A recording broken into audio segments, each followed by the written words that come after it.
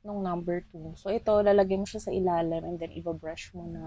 Like, mahilig ako sa mga cluster lashes. So, nagka-cluster lashes ako every time na may lakad ako. Pag may lakad lang. And yung ginagamit ko is from Kurimas. This is the A01.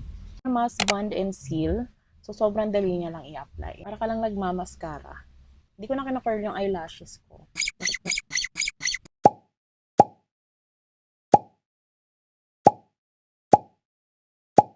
Cluster lashes and without.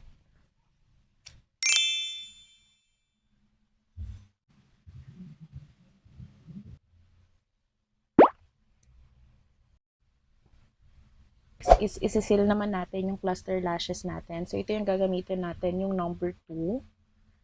So, ito yung tip ng number 2. So, ito, lalagay mo siya sa ilalim and then iba-brush mo na.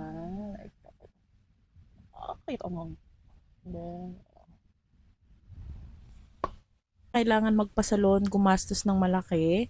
Do it your own lang to. Mas malaki talaga matitipid mo. More on practice lang para magpantay yung lashes nyo. Yung look natin with the cluster lashes.